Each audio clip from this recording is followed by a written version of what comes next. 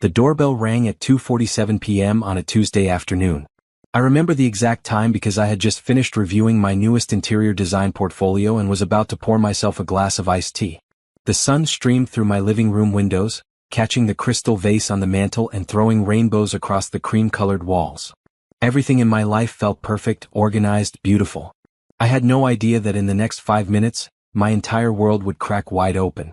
I opened the door to find an elderly woman standing on my porch. She looked to be in her late 60s, thin and frail, wearing a simple gray cardigan despite the warm afternoon.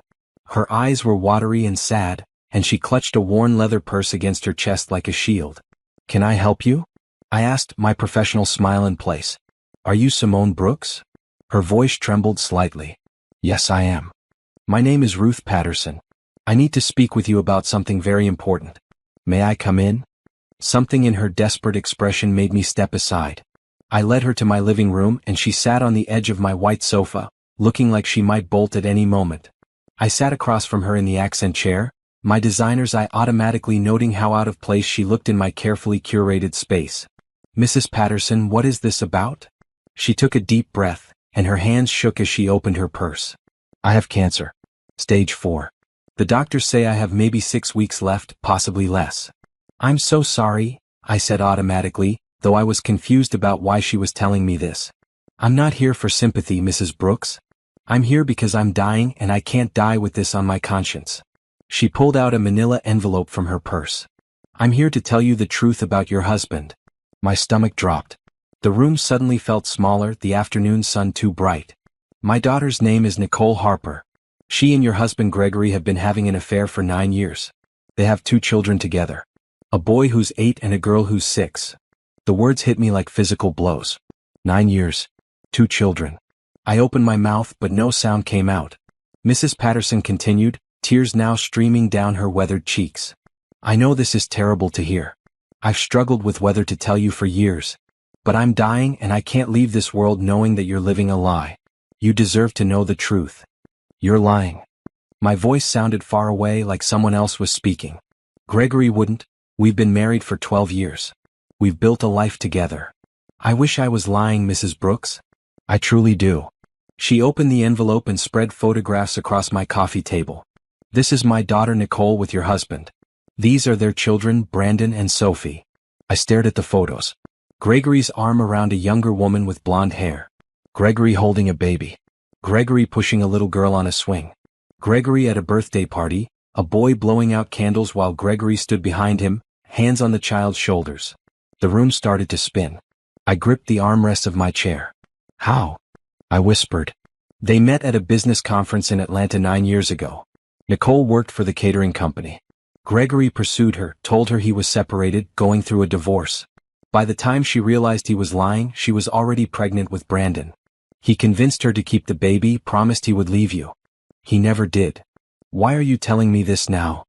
I asked, my voice harder than I intended. Mrs. Patterson met my eyes. "Because there's more and you need to know all of it before I die. Your husband has been supporting them financially. He bought Nicole a house in Riverside. He pays for the children's private school, their health insurance, everything. He's been taking money from your joint accounts for years." The ice in my veins turned to fire. "What?" "He set up separate accounts. He's been transferring money every month. Thousands of dollars. Maybe more. I don't know all the details, but Nicole has mentioned over the years how generous he is, how he takes care of them." I stood up abruptly, pacing to the window. Outside, the neighborhood looked exactly as it had an hour ago. Mrs. Henderson was walking her dog. The mailman was making his rounds. But inside my house, inside my life, everything had changed. "Why would Nicole let you come here?" I turned to face her. "Nicole doesn't know I'm here. She would be furious if she found out.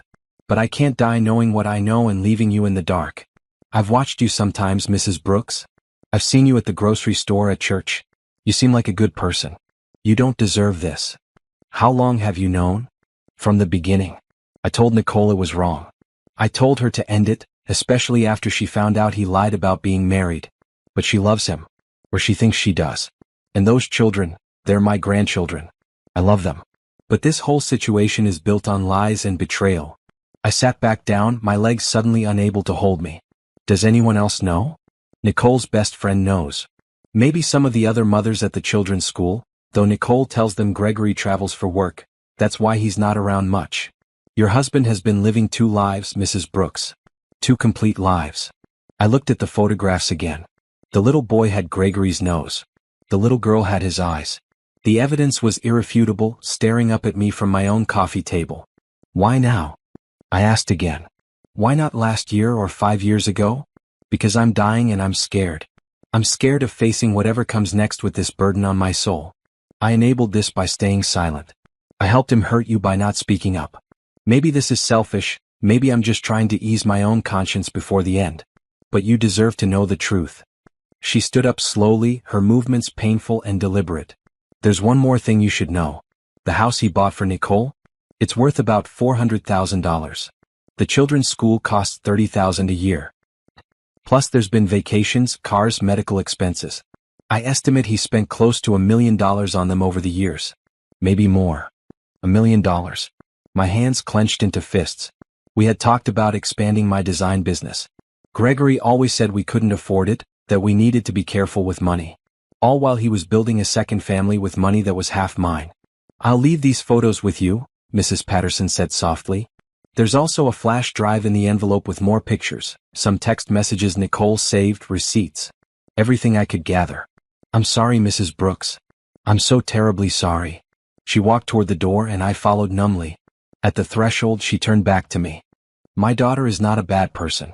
She made terrible choices, but she's not evil. Neither is your husband, probably. But what they did to you is unforgivable. Don't let them convince you otherwise.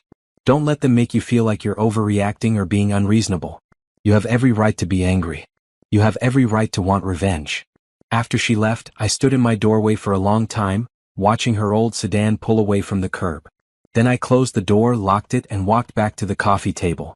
I picked up the photographs one by one, studying each image. My husband's face, smiling at children who weren't mine. My husband's arms around a woman who wasn't me. My husband's money, my money, building a life I knew nothing about. I didn't cry. Not yet. Instead, I felt something cold and sharp settling in my chest. Determination. Clarity. Gregory would be home from work in 3 hours. I had 3 hours to decide how to handle this. 3 hours to figure out my next move. I picked up my phone and made the first call. Not to Gregory. Not to confront him. But to someone who could help me find out exactly how deep this betrayal went. The receptionist answered on the second ring.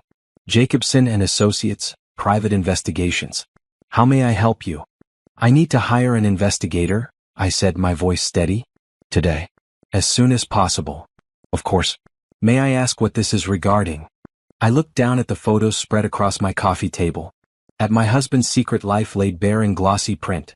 Infidelity, I said. And financial fraud. I didn't sleep that night. How could I? Gregory came home at 6:30, kissed my cheek like he did every evening, asked about my day like nothing was wrong.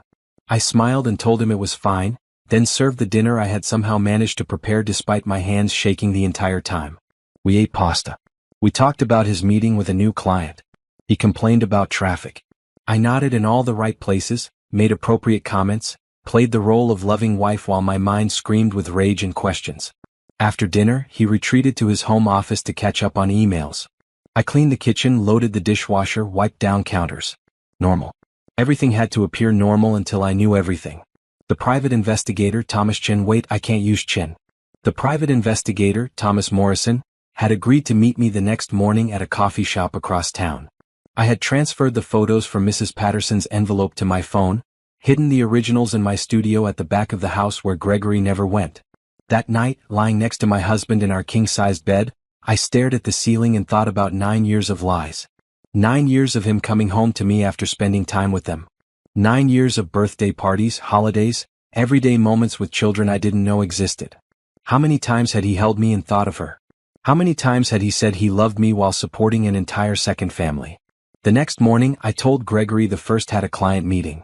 He barely looked up from his coffee and newspaper. Okay, babe. Have a good day. You too, I said, the words tasting like ash in my mouth. I met Thomas Morrison at the Blue Cup Cafe at 9 a.m. He was a middle-aged man with graying hair and kind eyes that had probably seen every variation of human betrayal.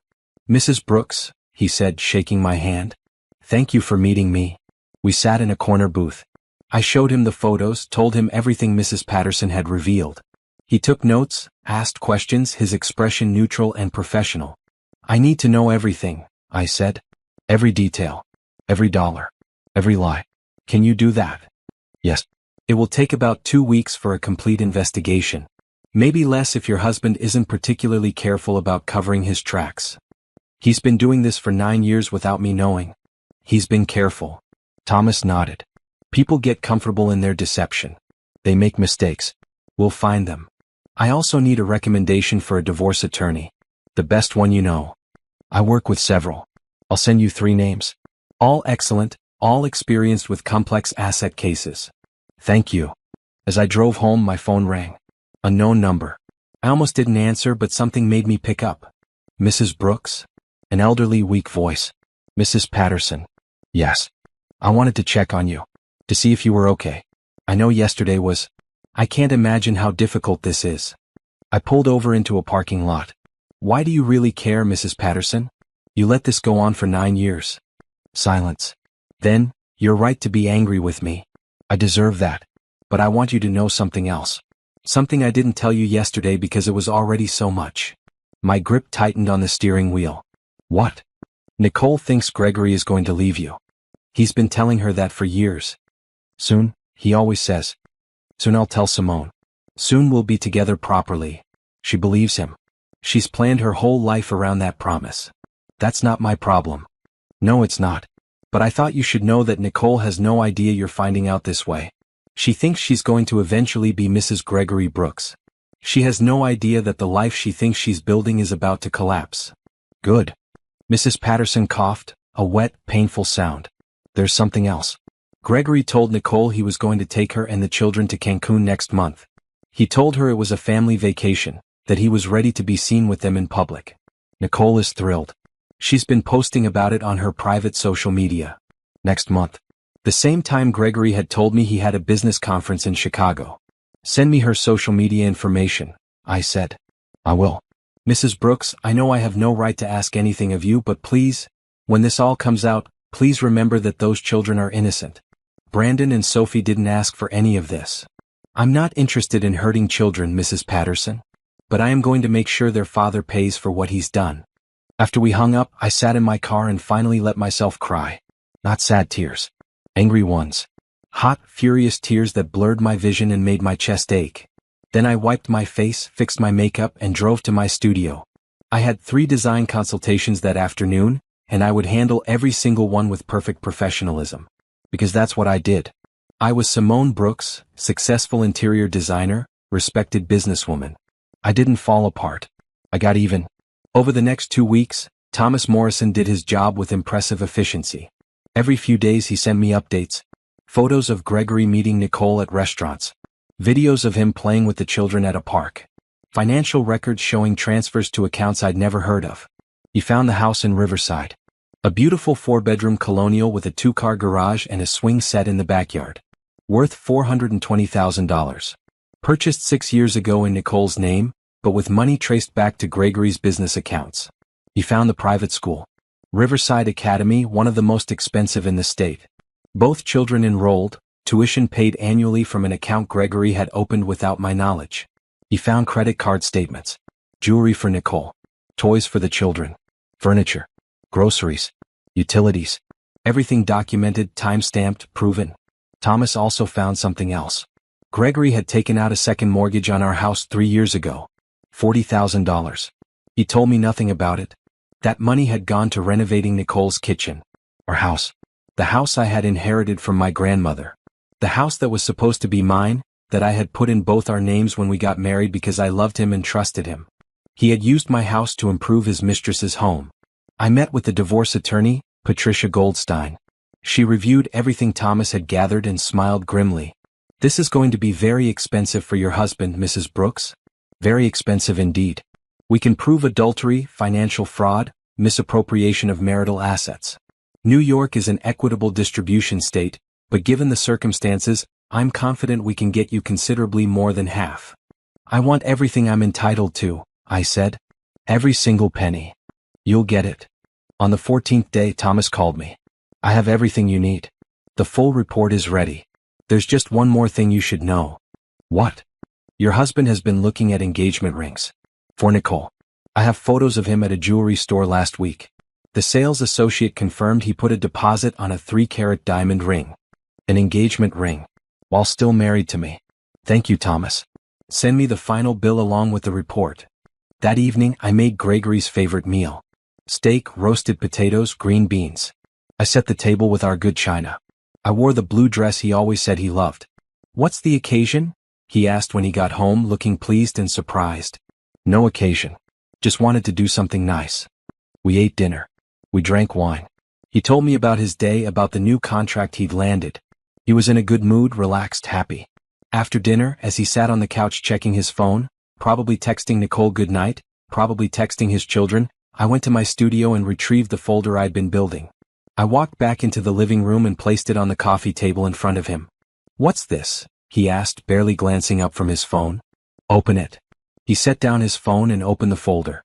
I watched his face as he saw the first photograph. Him and Nicole at a restaurant. His expression shifted from confusion to recognition to pure terror in the span of 3 seconds. Simone, I can explain. Don't. My voice was ice. Don't say a single word. Just look at all of it. Every page. You owe me that much. He looked. I watched him turn page after page. Financial records. Photos. Screenshots of text messages. The property deed for the Riverside house.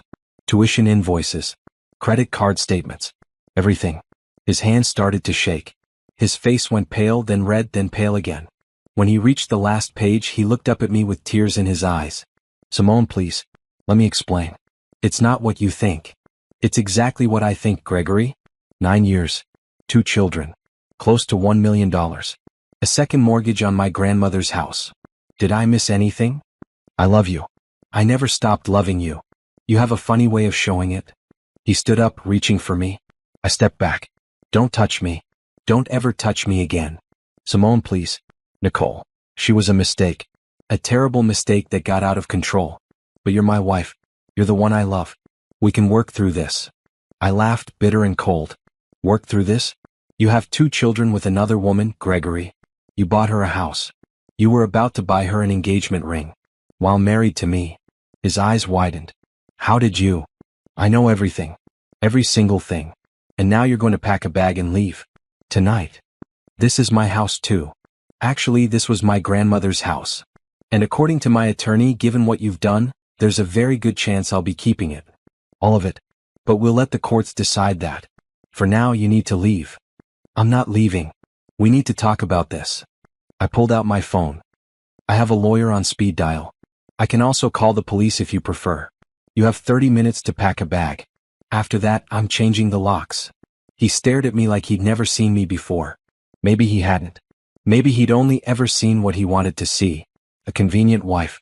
A woman who would never question him, never challenge him, never discover his secrets. You're making a mistake, he said, his tone shifting to anger. You're going to regret this. The only thing I regret is wasting 12 years on you. 29 minutes, Gregory. He packed. I watched him go upstairs, listened to him opening drawers and closet doors. He came down 20 minutes later with a suitcase and his laptop bag. At the front door, he turned to me one last time. I'll fight you on this. I'll fight for this house, for my money, for everything. Good, I said. Let's see how that works out for you. After he left, I locked the door, set the alarm, and sat down on my couch. The same couch where Mrs. Patterson had sat 2 weeks ago and changed my life. I picked up my phone and called the locksmith. Then I called Patricia. He knows, I said when she answered. I showed him everything. He left. Good. How are you holding up? I'm angry. I'm hurt. But I'm also ready. Let's end this marriage and make him pay. Consider it done, Mrs. Brooks. Consider it done. The locksmith came at 7 a.m. the next morning. By 8, every lock on every door had been changed. I stood on my front porch with the new keys in my hand, feeling a small measure of control return. Gregory called 17 times that day. I didn't answer. He sent 23 text messages. I didn't read them. He showed up at the house at noon. I didn't open the door. He shouted through the door that this was his house too, that I couldn't just lock him out. I texted him a photo of the restraining order Patricia was filing that afternoon. He left. Patricia moved quickly. Within 3 days, Gregory had been served with divorce papers at his office. She told me later that he went white as a sheet when the process server handed him the folder in front of his colleagues. The papers detailed everything: adultery, financial misconduct, fraud, misappropriation of marital funds. I was asking for the house, my business, half of all assets, and reimbursement for every penny he'd spent on Nicole and the children. He hired a lawyer. Some slick guy named Robert Winters who thought he could intimidate me. He couldn't. What Gregory and his lawyer didn't know was that I wasn't done investigating. Not by a long shot. I went through every file in Gregory's home office. Every receipt, every document, every scrap of paper. I found more bank statements, more evidence of transfers. I found emails he'd printed out, sweet messages between him and Nicole talking about their future together. I photographed everything. I scanned everything. I created a digital archive that would make it impossible for him to hide anything in court. I also did something else. I hired a forensic accountant. Her name was Dr. Beverly Torres, and she specialized in uncovering hidden assets in divorce cases. Most cheating spouses try to hide money, she told me during our first meeting. They think they're clever. They're usually not. Dr. Torres worked magic. Within a week, she found 3 more accounts I didn't know about. Small amounts in each, but together they added up to almost $70,000. Money he'd been squirreling away, probably planning to use it to finally leave me and set up house permanently with Nicole. She also found something interesting. Gregory had been claiming certain business expenses on his taxes that were actually personal expenses for Nicole. Vacations listed as business trips. Gifts listed as client entertainment. The IRS would be very interested in that information. Are you planning to report him? Dr. Torres asked. Not yet. But I'm keeping that option available. While all this was happening, I maintained absolute silence toward Gregory. I didn't respond to his calls, his texts, his emails. I didn't engage when he tried to approach me at the grocery store or waited outside my studio. Patricia handled all communication through lawyers. Every desperate message he sent, every plea for us to talk, every promise that he would do anything to fix this went unanswered. I know the silence drove him crazy. Good. Meanwhile, I focused on my business. I had 3 major projects in progress and I threw myself into them with renewed energy. Work became my therapy.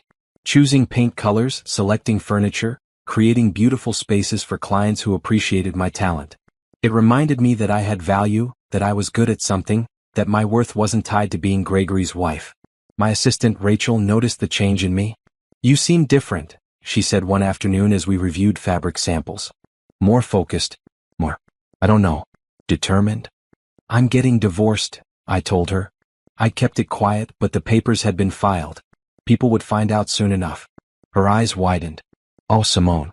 I'm so sorry. Don't be. It's the best decision I've ever made. I told her some of the story. Not all of it, but enough that she understood. What a complete jerk, she said, anger flashing in her eyes. 9 years? 2 kids? That's not a mistake. That's a whole other life. Exactly. Are you okay? Really okay? I thought about that question. Was I okay? My marriage was over. My husband had betrayed me in the worst possible way. I'd wasted 12 years on a man who didn't respect me enough to be faithful. But I was also free.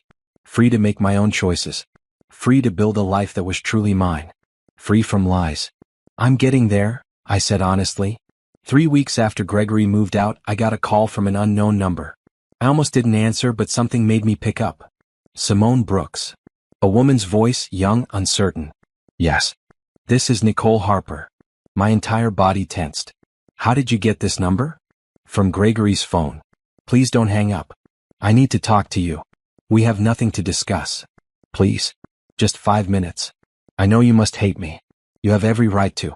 But there are things you don't understand. Things about Gregory that you need to know. Against my better judgment, I stayed on the line. You have 3 minutes. Gregory told me you two were separated when we met. He said you were living apart, that the divorce was almost final. He showed me apartment listings, said he was looking for a place of his own. I believed him. That's not my problem. I know it's not. But when I found out I was pregnant with Brandon, when I found out he'd lied about being separated, I tried to leave. He begged me not to. He said he loved me, that he was going to leave you, that he just needed time to do it right. I was young and stupid and I believed him. You stayed with him for 9 years, Nicole. You had another child with him. Don't pretend you're a victim here. I'm not. I'm just trying to explain that I never meant to hurt you. I didn't even know you existed for the first 6 months. Is there a point to this call? Silence. Then, Gregory told me you filed for divorce. He told me it's because you found out about us. He's been calling me constantly, saying he needs money, that his lawyer is expensive. He wants me to help pay for his legal fees. I almost laughed. And? I don't have that kind of money. Everything I have, he gave me. The house is in my name, but he paid for it. I don't have savings. I have 2 kids and a job that barely covers groceries. I can't help him fight you even if I wanted to. Again, not my problem. He's getting desperate, Simone. He's talking about selling the house. My house. The house where my children live. He says he needs to liquidate assets to prepare for the divorce settlement.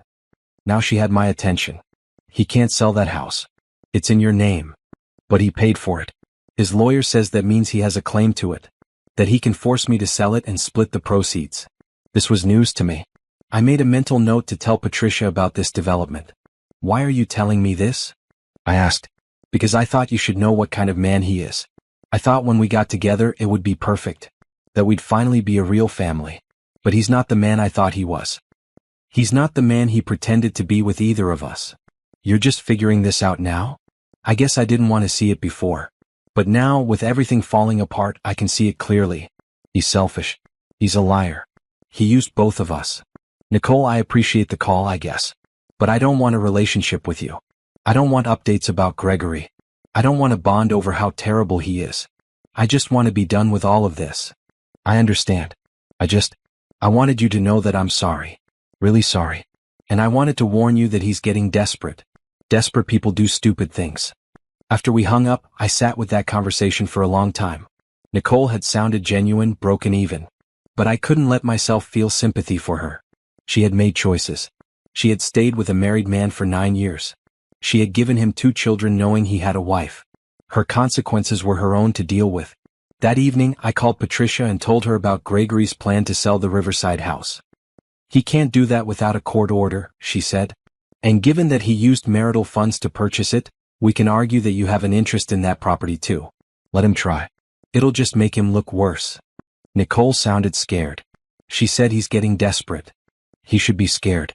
We have him dead to rights. The evidence is overwhelming. His lawyer knows it too. I've spoken with Robert Winters. He's already trying to negotiate a settlement because he knows they'll lose in court. I don't want to settle. I know. But I want you to be prepared. Gregory might offer you a deal. He might try to give you some of what you want in exchange for you agreeing not to pursue certain things. Like what? Like reporting his tax fraud to the IRS. Like going after the house in Riverside. Like demanding he pay back every penny he spent on Nicole and the kids. I thought about that. I want him to pay for what he did. And he will. But think about what you really want. Do you want revenge or do you want to move on with your life? Because sometimes the best revenge is taking what you're owed and walking away to build something better. She was right, though I didn't want to admit it. Dragging this out for years, fighting over every detail, it would keep me tied to Gregory and his mess. I'll think about it, I said. Take your time. We're in a strong position. We can afford to be patient. Over the next few days, I did think about it. I thought about what I really wanted. Justice, yes. Compensation for what had been stolen from me, absolutely. But more than that, I wanted freedom. I wanted to be done with Gregory, done with Nicole, done with all of it. I wanted my life back. Better than it had been before. Stronger. What? 1 week later, Gregory's lawyer called Patricia with a settlement offer. Gregory would give me the house, my business, 60% of all remaining assets, and he would refinance the second mortgage so I wasn't responsible for that debt. In exchange, I would agree not to pursue the Riverside property, not to demand reimbursement for money spent on Nicole and the children, and not to report the tax issues to the IRS. Patricia presented the offer to me over lunch at an upscale bistro downtown. It's a good offer, she said. Better than good, actually. You'd walk away with the house, your business, and about $800,000 in cash and investments. What does he walk away with? About $500,000, the Riverside house that he'll probably have to sell, and his business that's currently losing clients because word has gotten out about the affair. He's losing clients? Apparently people don't want to work with someone who cheated on his wife for 9 years and has a secret family. Bad for business. I sipped my water thinking. $800,000. The house. My business. Freedom from all of this. What do you think I should do? I asked. Patricia set down her fork and looked at me seriously. I think you should take it. You could fight for more, drag this out for another year, spend a fortune on legal fees and maybe get a bit more. Or you could take this very generous settlement, be done with him and start building your new life now. Today. I want him to suffer. He is suffering. His marriage is over. His reputation is ruined. He's losing his business. He'll be paying child support for 2 kids for the next decade. Trust me, Simone, he's suffering plenty. I thought about that night Mrs. Patterson had knocked on my door. The shock, the devastation, the rage. I thought about the past month of investigation, documentation, preparation. And I thought about the future. About what I could do with $800,000 and complete freedom. About the business I could build, the life I could create. I'll take it, I said. But I want one more thing. What's that? I want it in writing that he never contacts me again. No calls, no texts, no emails, no showing up at my home or business. Complete no contact. If he violates it, the settlement is void and we go back to court for everything. Patricia smiled. I can make that happen. 3 days later, I signed the divorce settlement. Gregory signed it too in a separate room with his lawyer. We never saw each other. Just like that, my 12-year marriage was over. I walked out of the lawyer's office into bright afternoon sunshine. The sky was brilliant blue, the air crisp and clean. I got in my car, drove to my house now, and sat in the driveway for a long moment. Then I called Rachel. Clear my schedule for the rest of the week, I said. Is everything okay? Everything is perfect. I just signed my divorce papers and I'm about to start the next chapter of my life. The Friday evening I confronted Gregory felt like it happened in another lifetime, though it had only been a month ago. I had been so angry, so hurt, so determined to make him feel even a fraction of the pain he'd caused me. Now, standing in my kitchen, final divorce papers on the counter, I felt something different. Not quite peace, not yet. But something close to it. Closure maybe. Or just exhaustion from carrying around so much rage. The house was mine. The papers confirmed it. Gregory had signed over his share, refinanced the second mortgage he'd taken out without my knowledge. I didn't owe him anything. He didn't owe me anything except to stay out of my life forever. I poured myself a glass of wine and walked through each room. Without Gregory's presence, the house felt different. Lighter somehow. The home office where he used to hide was now empty, ready to be transformed into something useful. An expanded studio for my design work, maybe. Or a library.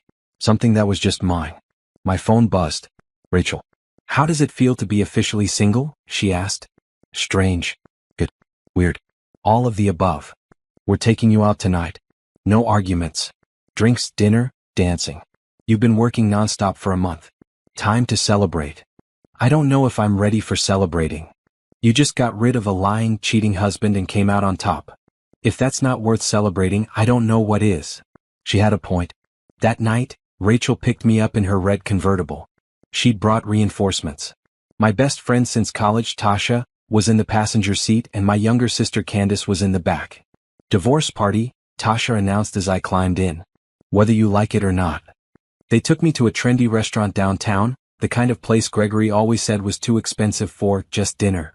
We ordered too much food, drank too much wine, and laughed until my face hurt. Tell us the truth, Candace said over dessert. How are you really doing? I thought about that. I'm angry, I admitted. Not at what happened exactly. More at the time I wasted. 12 years, Candace. 12 years with someone who was living a completely different life behind my back. But you got out, Tasha said firmly. That's what matters. Some women stay. Some women forgive. You didn't. You stood up for yourself. Mrs. Patterson helped, I said quietly. If she hadn't come to my door, I might still be living that lie. How is she? Rachel asked. Have you heard from her? I shook my head. Not since right after I confronted Gregory. She called to check on me, but I haven't spoken to her since.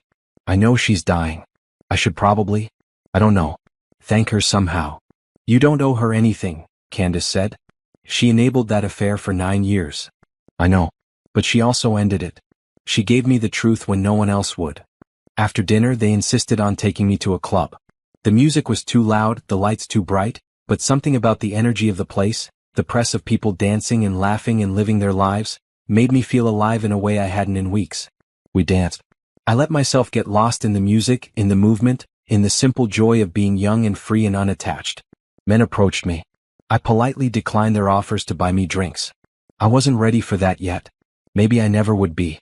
But it felt good to be noticed, to be seen as Simone, not as Gregory's wife. Around midnight my phone buzzed. Unknown number. I stepped outside into the quieter air of the patio to check it. A text message. From Gregory. I know I'm not supposed to contact you. But I need you to know that I'm sorry. I'm so sorry, Simone. I never meant to hurt you. I made terrible choices and I lost the best thing that ever happened to me. I just wanted you to know that. I stared at the message for a long time. Part of me wanted to respond, to tell him exactly what I thought of his apology. But that would be engaging and I was done engaging. Instead, I forwarded the message to Patricia with a note. He violated the no contact clause. What are my options? She responded within minutes. I'll send a formal warning to his lawyer. One more violation and we can pursue penalties. Don't respond to him directly. I deleted Gregory's message and went back inside to my friends. Everything okay? Tasha asked. Everything's fine. Gregory being stupid. Patricia's handling it. Forget him, she said, handing me a fresh drink. Tonight is about you. About new beginnings. We stayed out until 2 a.m. When Candace finally dropped me off at home, I was exhausted and happy and more relaxed than I'd been in months. Inside my quiet house, I changed into comfortable clothes and made tea. I sat on my couch, the same couch where this had all started, and thought about how much had changed. A month ago, my life had imploded. Tonight, I danced with my friends and felt genuinely happy. It wasn't a complete transformation. I still had moments of anger, of grief for the time I'd lost. But I was healing. Slowly, imperfectly, but healing. The next morning, I woke up to a voicemail. Mrs. Patterson. Her voice was weaker than I remembered, breathless and strained. Mrs. Brooks, this is Ruth Patterson. I heard the divorce was finalized. I wanted to congratulate you. I know that probably sounds strange, but I'm proud of you for standing up for yourself. I also wanted to let you know that I'm in hospice now. The doctors say I have maybe a week left. I was hoping, if you had time, that you might come visit me. I have something I'd like to give you. No pressure. I understand if you don't want to. But I'd like to see you one more time before I go. I listened to the message 3 times. Then I called the hospice facility and asked for visiting hours. That afternoon, I drove across town to Riverside Hospice Center. It was a peaceful place, all soft colors and gentle music, designed to make death less frightening.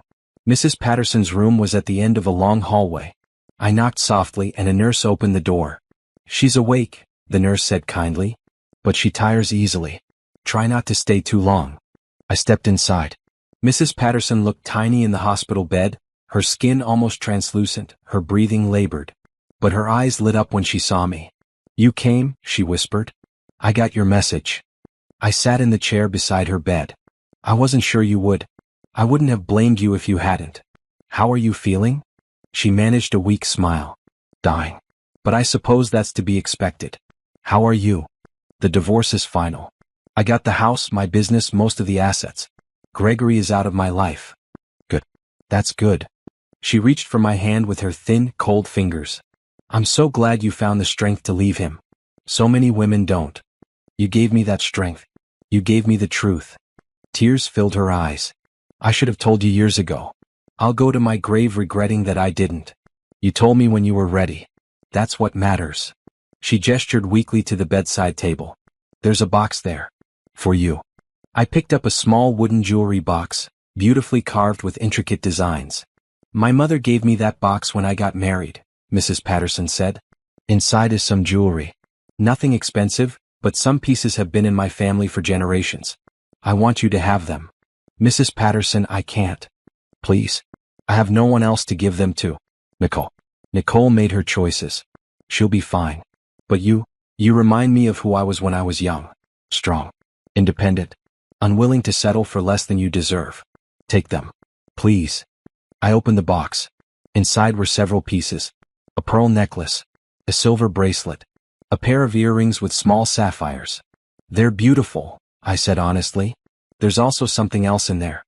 An envelope. I found it tucked beneath the jewelry. Inside was a check for $10,000. Mrs. Patterson, this is too much. It's nothing compared to what you lost. But it's all I have to give. Use it for something good. Something that makes you happy. I didn't know what to say. This woman, who owed me nothing, who had enabled my husband's affair for years, was giving me her family heirlooms and her life savings. Why? I asked. Why are you doing this? Because you deserved better than what happened to you. Because I helped Gregory hurt you by staying silent.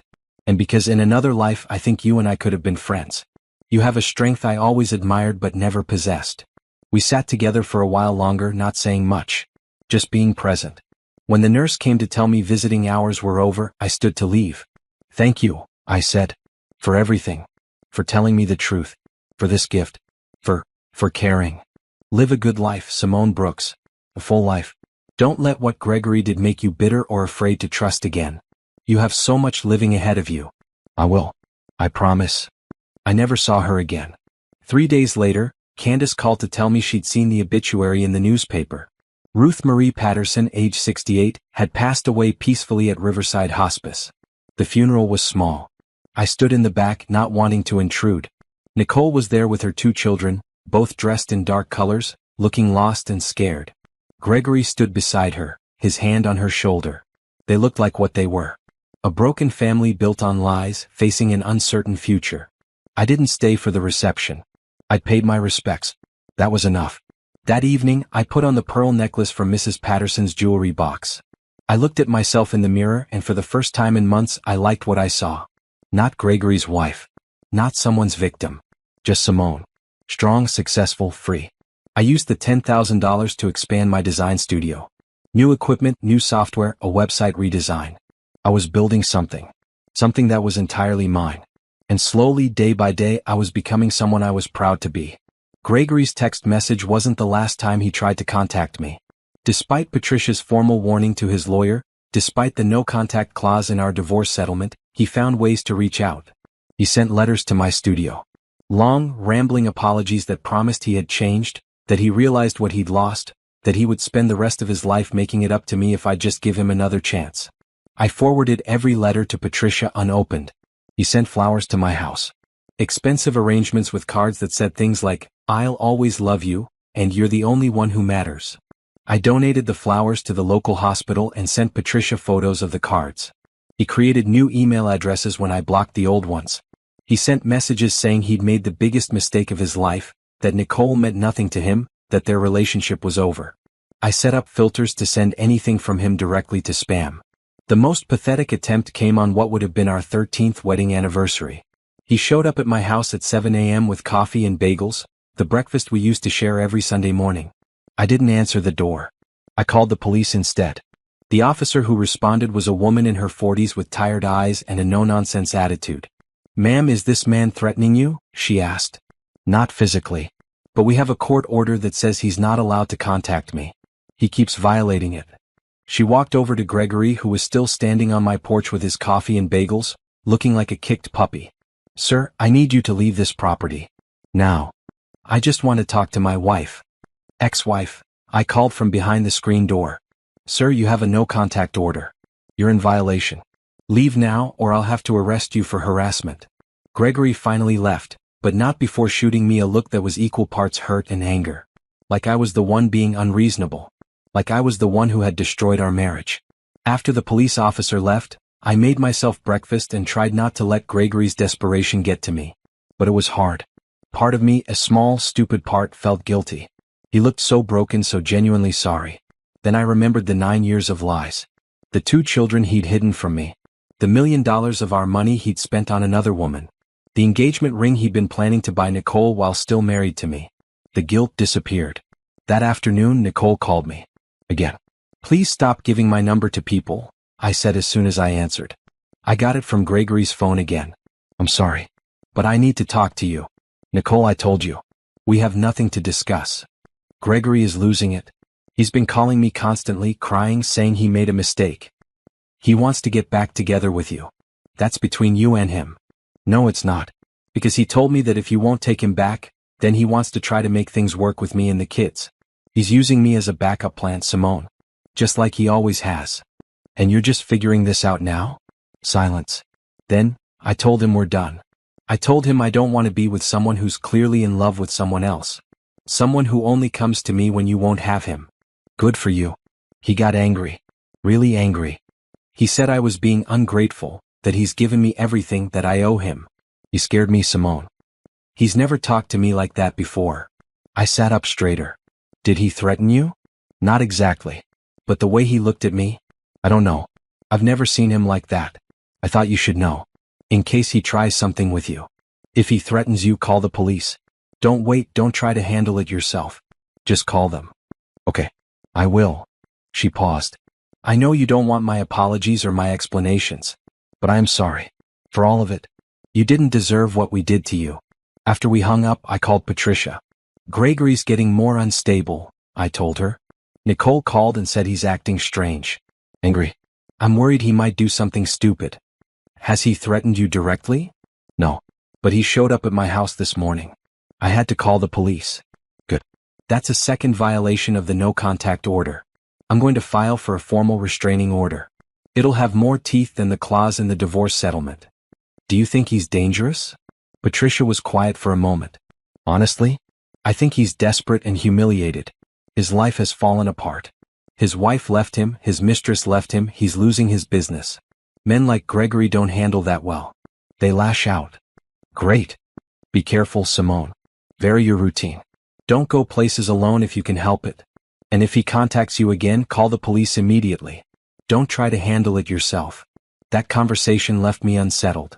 I'd been so focused on moving forward, on building my new life, that I hadn't considered Gregory might actually become a problem. I told Candace, who immediately insisted on staying with me for a while. You're not dealing with this alone, she said, showing up that evening with a suitcase. I'll stay until he calms down or until the restraining order goes through. Whichever comes first. Having my sister there helped.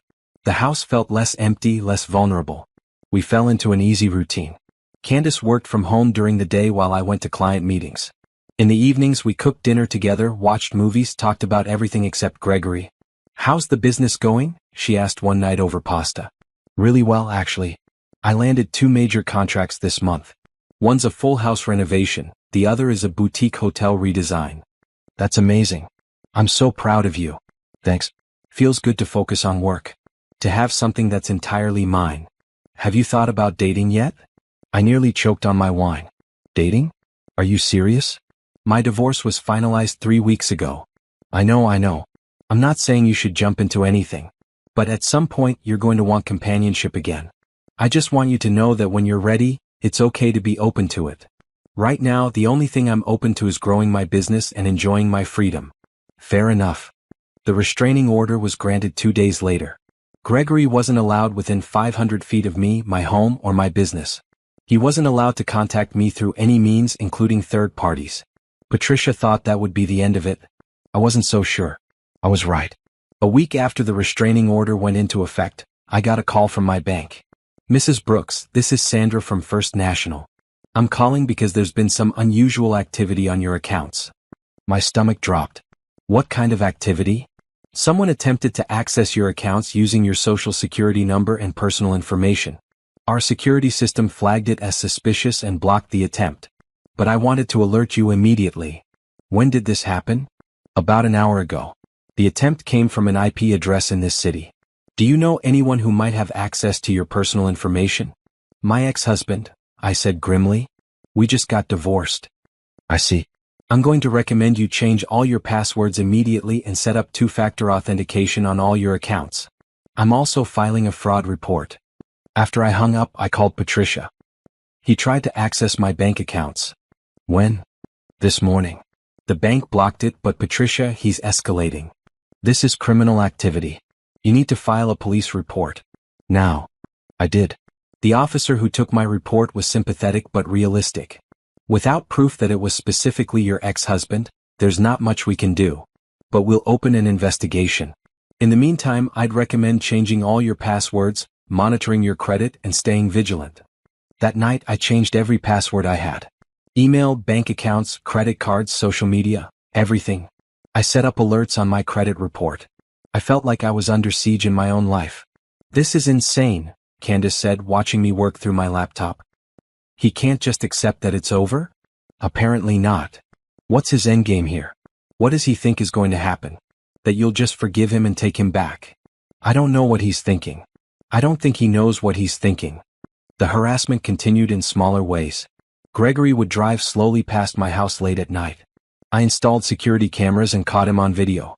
He'd wait outside my studio, sitting in his car across the street just watching. My assistant started walking me to my car every evening. He sent gifts to my clients, trying to sabotage my business relationships. Flowers with cards that said things like, "From Simone's loving husband, sorry for any inconvenience." I had to call each client and explain the situation, humiliating myself over and over. Patricia filed more formal complaints. The police issued warnings. But short of Gregory making an explicit threat, there wasn't much anyone could do. "This is what abusers do," my therapist told me during one of our sessions. I'd started seeing her a month after the divorce, needing someone professional to help me process everything. They can't handle losing control, so they try to maintain it in whatever ways they can. The good news is this usually burns out. He'll eventually realize it's not working and move on. And if he doesn't, then we escalate. But most of the time they give up. They find someone new to focus on. I hope she was right. Meanwhile, I refused to let Gregory's behavior control my life. I went to work every day. I met with clients. I designed beautiful spaces. I had lunch with friends. I took a weekend trip to the mountains with Candace. I was determined not to be a victim, not to let him see me scared or weak. But at night, alone in my bed, I sometimes felt the fear creep in. What if he didn't stop? What if he got worse? What if his desperation turned into something more dangerous? Then I'd remember Mrs. Patterson's words, "Live a good life, Simone Brooks. A full life. Don't let what Gregory did make you bitter or afraid." I was trying. Every day I was trying. The turning point came from an unexpected source. 3 months after the divorce was finalized, Gregory's business partner, a man named Daniel Robertson, called me out of the blue. "Mrs. Brooks, you don't know me, but I need to talk to you about Gregory. I can't talk about my ex-husband. We have a court order." "I understand. But this isn't about your relationship. It's about the business. I think Gregory has been embezzling from our company, and I need your help to prove it." That got my attention. We met at a coffee shop the next day. Daniel was in his 50s, distinguished looking, clearly stressed. "Gregory and I started the consulting firm 8 years ago," he explained. "We've always been 50-50 partners. But about 6 months ago, I started noticing discrepancies in the books. Money going out that I couldn't account for. When I asked Gregory about it, he got defensive, said I was questioning his integrity. How much money are we talking about? Over the past 3 years? Close to $200,000. I let out a low whistle. I hired a forensic accountant to go through everything.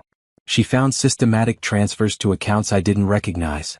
When I confronted Gregory last week, he admitted he'd been taking money from the business. He said it was to support his other family, that he'd been desperate. Why are you telling me this? Because my lawyer says that if Gregory was using marital funds and business funds interchangeably, you might have information that could help my case. You went through a divorce. I'm assuming you had investigators, accountants, looking into his finances. I thought about Dr. Beverly Torres and all the work she'd done uncovering Gregory's hidden accounts. I might be able to help, I said carefully. But I'll need to talk to my lawyer first. Patricia was thrilled when I told her. This is perfect. If Gregory's business partner is going after him for embezzlement, that's criminal. It's not just civil court anymore. Can I share our financial information with Daniel's lawyer? Absolutely. In fact, I think you should. The more trouble Gregory faces, the less time he'll have to harass you. I met with Daniel's lawyer and provided copies of everything Dr. Torres had found. Bank statements showing transfers from business accounts to personal accounts. Credit card statements showing business expenses that were actually personal purchases for Nicole and the children. 2 weeks later, Daniel filed a lawsuit against Gregory for embezzlement and breach of fiduciary duty. He was asking for the $200,000 plus damages. Gregory's world started crumbling faster after that. His remaining clients started leaving when news of the lawsuit became public. No one wanted to work with a consultant who was being sued for stealing from his own business partner. He had to sell the house in Riverside to pay his mounting legal bills. Nicole and the children moved into a small apartment in a less expensive part of town. His lawyer withdrew from representing him, citing irreconcilable differences, which usually meant the client couldn't pay. Gregory tried to represent himself in Daniel's lawsuit. It went exactly as you'd expect. He was disorganized, emotional, unable to mount a coherent defense. The judge ruled against him within 3 months. He owed Daniel $200,000 plus legal fees. He didn't have it. Daniel's lawyer seized Gregory's business assets. His share of the consulting firm, his office equipment, everything. The business that Gregory had spent years building was gone. I heard all of this through the grapevine. Rachel had a friend who knew someone who knew Daniel. The small world of our city meant information traveled fast. He's basically broke now, Rachel told me over lunch one day. Living in a studio apartment, working some low-level sales job. It's kinda sad actually. I didn't feel sad. I felt relieved. With no money and no business, Gregory couldn't afford to keep harassing me. The late-night drive-bys stopped. The gifts stopped. The attempts to contact me stopped. He was too busy trying to survive to worry about winning me back. Nicole, meanwhile, was struggling in her own way. I heard through the same grapevine that she'd taken Gregory to court for child support. He was ordered to pay, but he didn't have the money. She was working 2 jobs to support Brandon and Sophie, barely making ends meet. Part of me felt a tiny bit of sympathy for her. But only a tiny bit. She'd made her choices. 6 months after the divorce, I ran into an old friend at a gallery opening. Christine had been in my wedding, but we'd drifted apart over the years. Simone, I heard about the divorce. I'm so sorry. Don't be. Best thing that ever happened to me. She looked surprised. Really? Really? Come on, let me show you around. I actually designed this space. The gallery was one of my recent projects. Clean lines, perfect lighting, minimal but impactful. One of my best works. As we walked through the space, Christine asked, "So what's next for you? Dating? Traveling? What does life after Gregory look like?" Right now? It looks like work. I'm opening a second location of my design studio. Taking on bigger projects. Building something real. That sounds amazing. It is. For the first time in years, I feel like I'm in control of my own life. I make my own decisions. I spend my money how I want. I don't have to answer to anyone. You seem happy. Actually happy. I am, I said, realizing it was true. I really am. That night, I went home to my house, my beautiful house that was entirely mine, and poured myself a glass of wine. I sat on my back deck looking at the stars and thought about how far I'd come. A year ago, I'd been living a lie, married to a man who was living a double life. I'd been comfortable but not happy. Settled but not satisfied. Now I was divorced, financially secure, professionally successful, and genuinely content. Gregory had tried to destroy me. He'd stolen from me, lied to me, betrayed me in the worst possible way. But I'd survived. More than survived. I'd thrived. I'd taken everything he tried to hide and turned it into my advantage. I'd used the settlement money to expand my business. I'd used the pain to fuel my ambition. I'd used the anger to set boundaries and demand respect. And now, while Gregory struggled to pay rent on a studio apartment, while he worked a job he hated for a fraction of what he used to make, while he faced the consequences of his choices, I was here. Free. Happy. Victorious. The next morning, I got an email from a major design magazine. They wanted to feature me in an article about up-and-coming interior designers in the region. I said yes. 2 weeks later, a photographer came to my studio.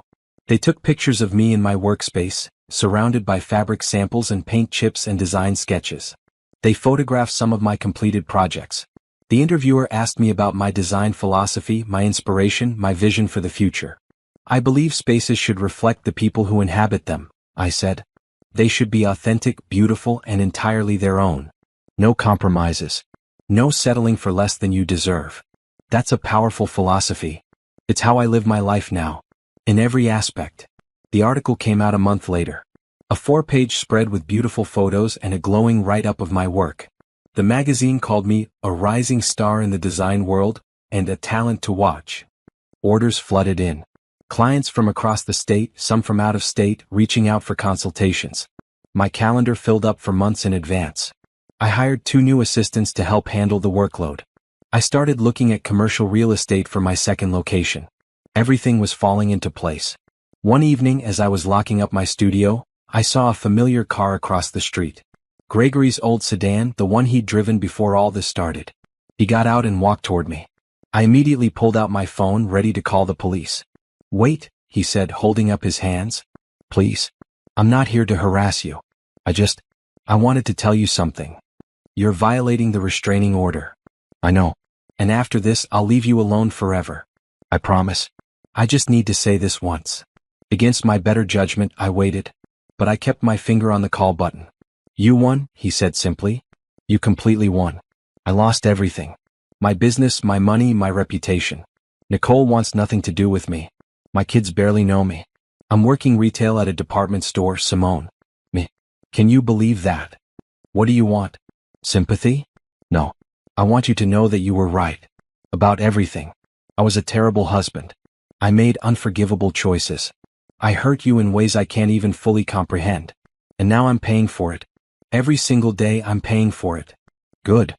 He flinched. I deserve that. I deserve all of this. I just wanted you to know that I understand now. I understand what I lost. Not just the money or the business. I lost you. And you were the best thing in my life, and I was too stupid and selfish to see it until it was too late.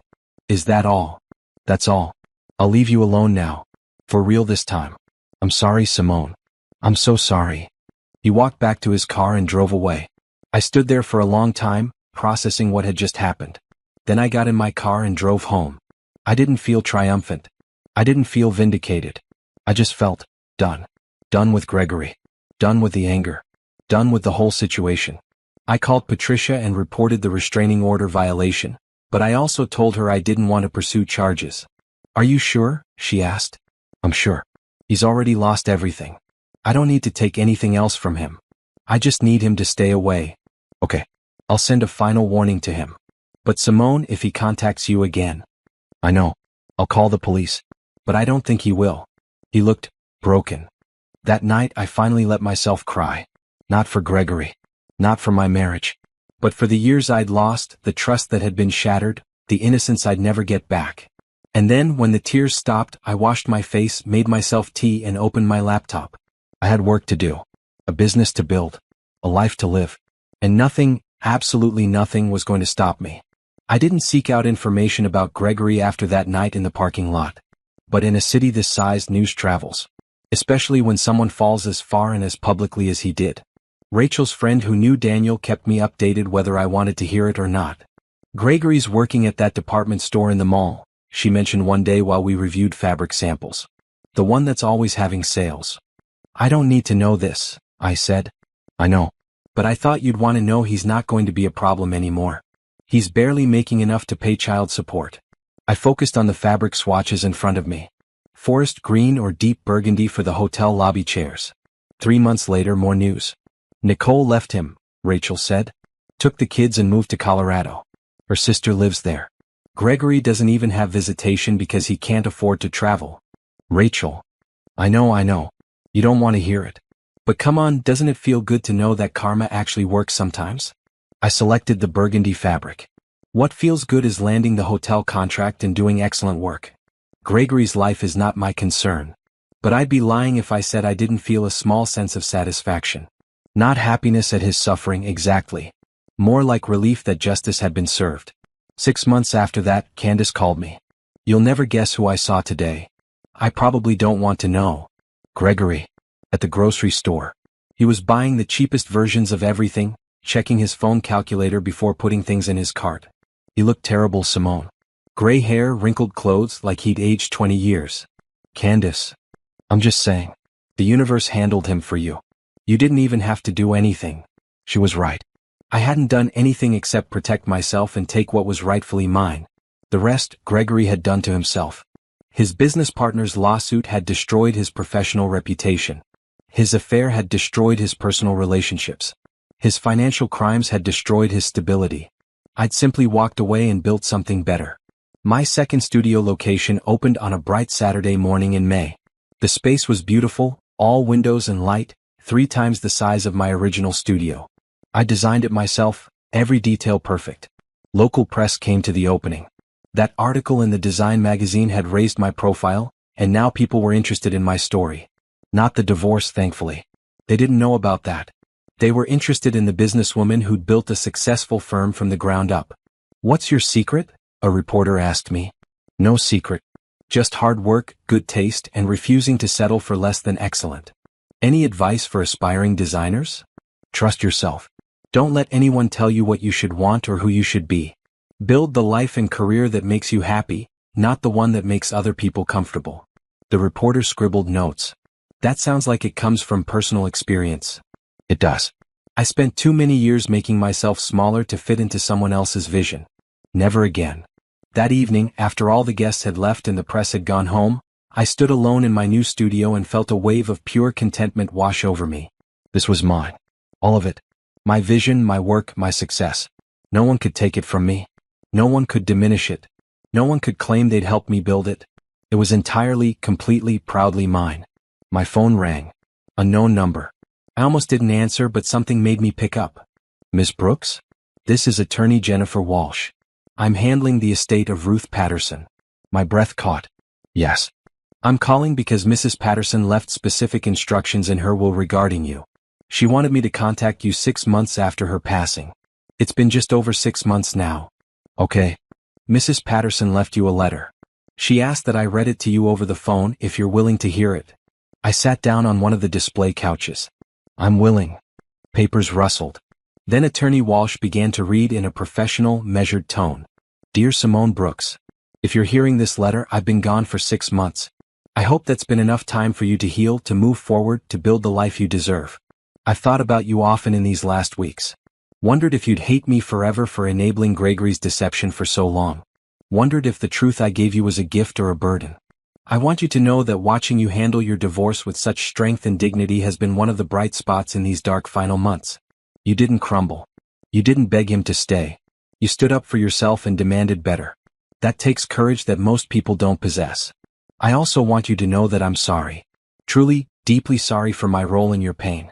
I should have told you years ago. I should have forced Nicole to end the affair or told you myself. I let my fear and my love for my grandchildren keep me silent, and that was wrong.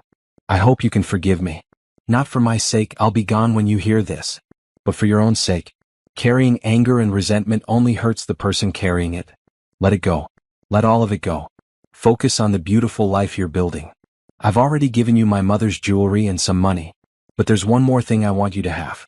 In my safe deposit box at First National Bank, there's an envelope with your name on it. Inside you'll find the deed to a small property I own in the mountains. A cabin on 2 acres.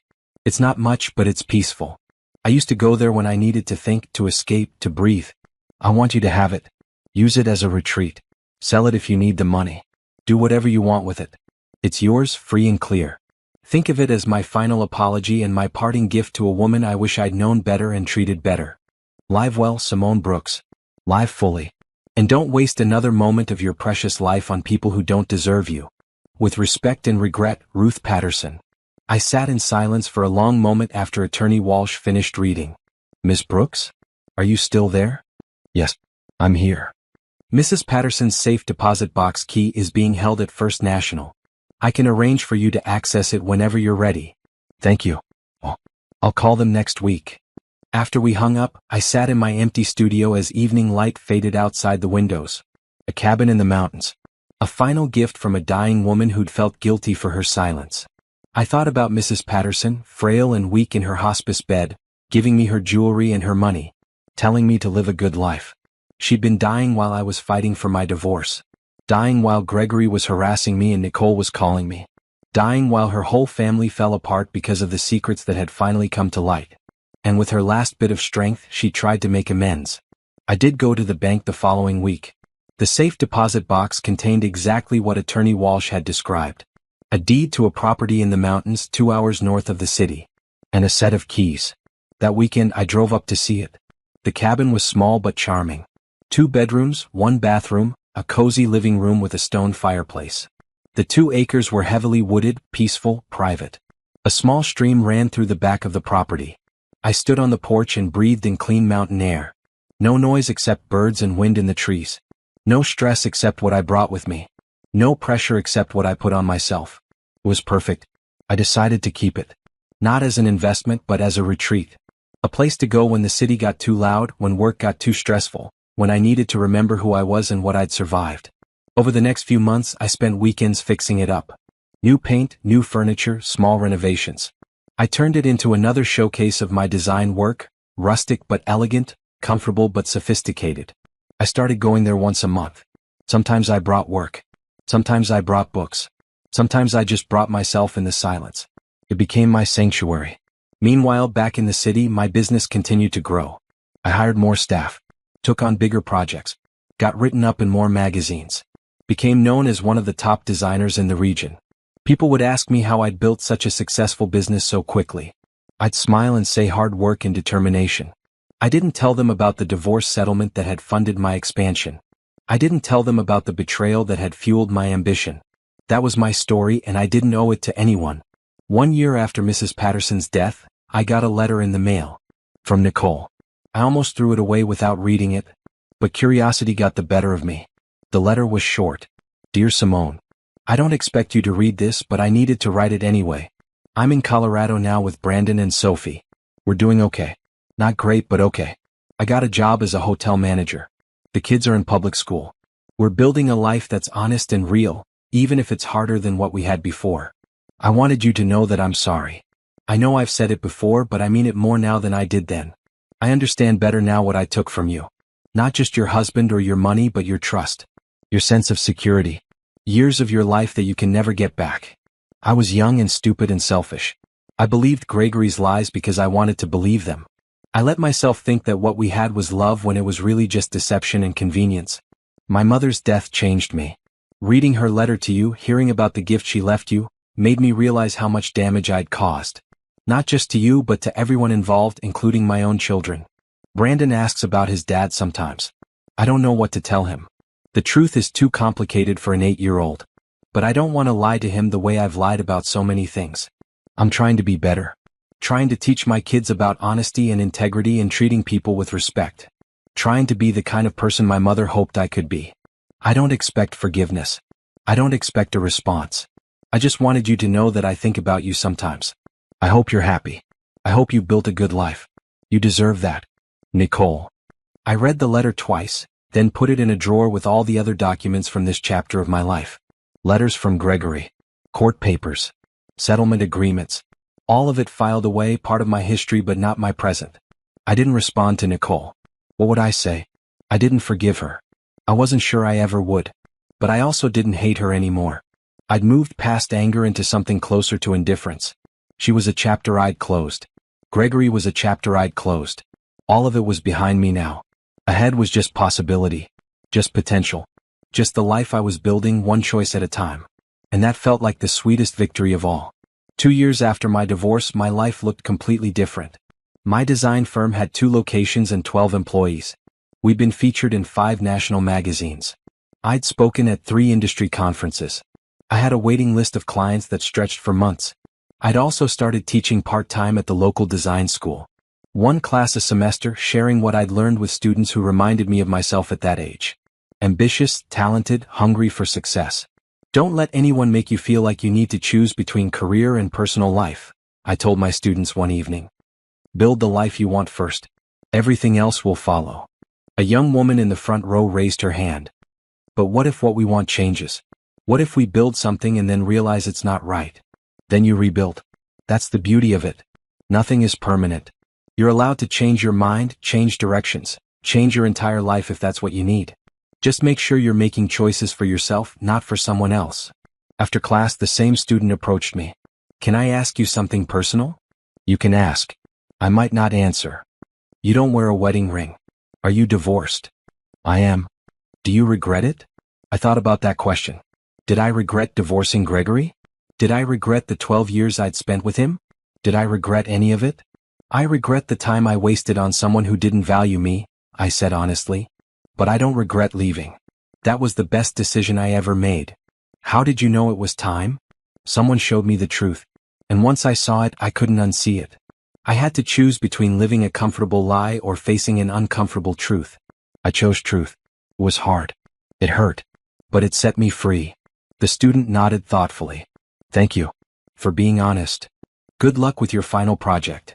Outside, the evening was mild and pleasant. I walked to my car enjoying the spring air. My phone buzzed with a text from Tasha. Wine night at my place. You coming? Absolutely. Be there in 30. Wine nights with my friends had become a regular thing.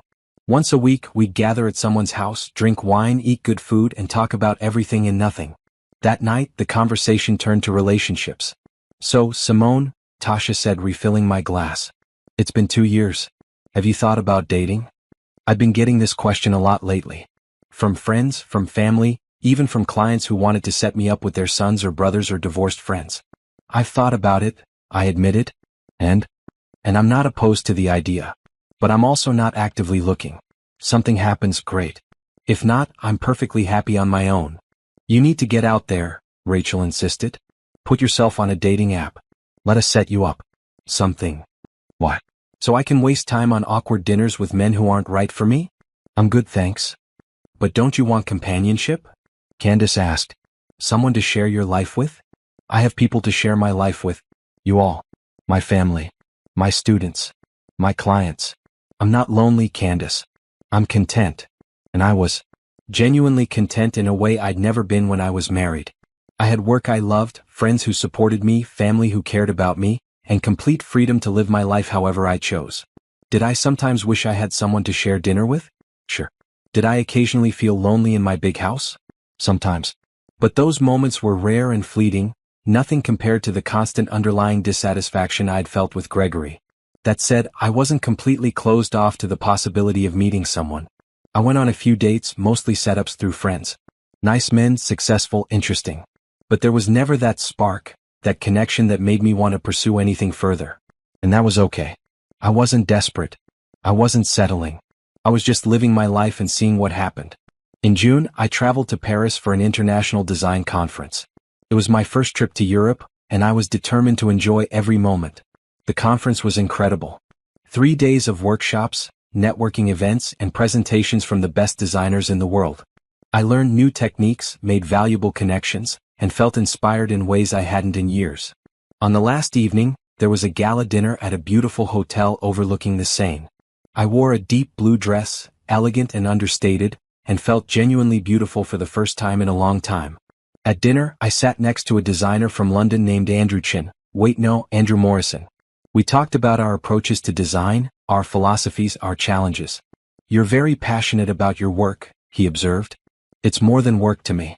It's how I express myself. How I make sense of the world. I understand that completely. We talked for hours long after dinner ended, sitting on the hotel terrace with wine and the lights of Paris spread out before us. Would you like to have dinner tomorrow? He asked as the evening wound down. I know the conference is over, but I'm staying in Paris a few extra days. I'd love to continue this conversation. I hesitated, then thought, why not? I'd like that. We had dinner the next night at a small bistro in the Latin Quarter, and the night after that at a restaurant on the left bank. By the third night, we were walking along the Seine talking about everything except design. I was married once, Andrew told me. It ended badly. She left me for someone else. I know that feeling. My ex-husband had an entire secret family. That's terrible. It was. But it also freed me. I built something better after he left. I can see that. You seem very complete. Like you don't need anyone else to feel whole. I don't. But that doesn't mean I don't enjoy good company. He smiled. Is that what I am? Good company? The best I've had in a long time. Nothing happened in Paris beyond dinners and conversations and one perfect kiss on a bridge at midnight. But we exchanged numbers, promised to stay in touch. And we did. Texts at first, then phone calls, then video chats. He came to visit me in July and I showed him my city, my studios, my mountain cabin. You've built an impressive life, he said as we sat on the cabin porch watching sunset. I've built my life. That's what makes it impressive. Would there be room in your impressive life for someone else? Hypothetically speaking. I thought about that. Maybe. If they understood that I won't make myself smaller to fit into their vision. If they respected my independence and my work. If they added to my life instead of taking from it. That seems reasonable. Most men find it intimidating. I'm not most men. We dated long distance for 6 months. He'd fly to the States for a week, I'd fly to London for a weekend. We talked every day, supported each other's work, built something slowly and carefully. It wasn't like my relationship with Gregory had been. There was no rush, no pressure, no need to define things or make commitments. We were just two people who enjoyed each other's company and saw where it went. In December, he asked if I'd consider spending Christmas in London with him. I've never spent Christmas away from family, I said. Then don't. Tell them no. I'll understand. But I thought about it. Thought about how my life had changed, how I'd grown, how I'd learned to put myself first. Actually, I'd love to. Let me talk to my family. Candace was supportive. Go. Have an adventure. We'll celebrate when you get back. My mother was less enthusiastic. You're choosing a man you barely know over your family? Mom, I'm choosing an experience I want to have. There will be other Christmases. But Simone. I love you. I'll miss you. But I'm going to London. And I did. I spent 2 weeks in London with Andrew. We went to museums and theaters and walked through winter markets. We cooked dinner together in his flat and watched old movies and talked about the future without pressure or expectations. It was lovely, easy, comfortable in a way relationships should be. When I flew home in January, I felt refreshed and happy. And when Andrew said he was thinking about opening a design office in New York, just 2 hours from my city, I encouraged him. Only if it makes sense for your business, I said. Don't do it for me. I'm doing it for me. But I won't lie and say seeing you more often isn't a huge benefit. By spring he'd opened his New York office. We saw each other most weekends. Sometimes he came to me, sometimes I went to him. We worked on a few projects together, combining our different styles into something unique and beautiful. My friends approved. He's good for you, Tasha said after meeting him. He doesn't try to change you or compete with you. He just compliments you. I know. It's nice. Are you in love with him? I thought about that. I care about him deeply. I enjoy his company. I respect his work. Is that love? Maybe. But it's different from what I felt with Gregory. It's quieter, steadier, less desperate. That sounds healthy. It is, I think. I'm learning what healthy relationships look like, and it turns out they're nothing like what I had before. That summer, I was invited to give a keynote speech at a national design conference. Me, Simone Brooks, former betrayed wife, now successful businesswoman, speaking to hundreds of professionals about building a career in a competitive industry. I accepted. The speech was terrifying and exhilarating. I talked about finding your voice, trusting your vision, and not letting others define your worth. I talked about failure and resilience and the courage it takes to start over. I didn't mention Gregory by name. But I did say, sometimes the best thing that can happen to you is losing something you thought you needed. Because it forces you to discover what you actually want. The speech got a standing ovation. Afterwards, dozens of people came up to me. Some wanted to offer jobs. Some wanted to collaborate. Some just wanted to say thank you for the inspiration. One woman, probably in her 50s, grabbed my hand. I've been in a bad marriage for 20 years, she whispered. Listening to you talk about starting over, it gave me hope. Thank you. You can do it, I told her. Whatever you need to do to be happy, you can do it. I promise. That night, lying in my hotel room, I thought about how far I'd come. From the woman who opened her door to Mrs. Patterson 2 years ago to the woman who just inspired hundreds of people with her story. I lost so much. A husband, a marriage, years of my life, money, trust. But I'd gained so much more. Confidence, independence, success, purpose, and the absolute certainty that I could survive anything. I texted Andrew. The speech went well. Wish you could have been here. He responded immediately. I'm so proud of you. Can't wait to hear all about it. I fell asleep smiling, dreaming of the future I was still building, still creating, still shaping into exactly what I wanted it to be. It was a Tuesday morning in October when I got the call from attorney Jennifer Walsh again. Ms. Brooks, I hope I'm not disturbing you. Not at all. What can I do for you? There's been a development regarding Mrs. Patterson's estate. Something I wasn't aware of until now. Are you available to meet this week? We met at her office 2 days later. She handed me another envelope, this one sealed with wax.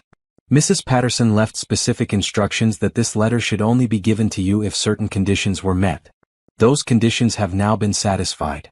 What conditions? That 2 years had passed since her death, and that you had not contacted Nicole Harper or Gregory Brooks during that time. My office has been monitoring the situation discreetly. Since you've maintained complete separation from both of them, Mrs. Patterson wanted you to have this final letter. I broke the wax seal and pulled out several handwritten pages. My dear Simone, it began. If you're reading this, it means you've stayed strong. You haven't gone back to Gregory. You haven't forgiven Nicole. You haven't let guilt or loneliness or societal pressure convince you to reconcile with people who hurt you. Good. That shows the strength of character I always believed you possessed. I'm writing this letter in my final weeks, knowing I won't be here to see how your story ends. But I want to give you something that I hope will help you write your own ending. Not the ending others expect or want for you, but the one you deserve. In this envelope, you'll find information about another property I owned. A small house in Charleston, South Carolina. It's a rental property, currently generating about $2,000 a month in income. I'm leaving it to you. But there's a catch. You can't sell it for 5 years from the date of my death. During those 5 years, the rental income goes to you. After 5 years, you can sell it or keep it. The choice will be yours. Why 5 years?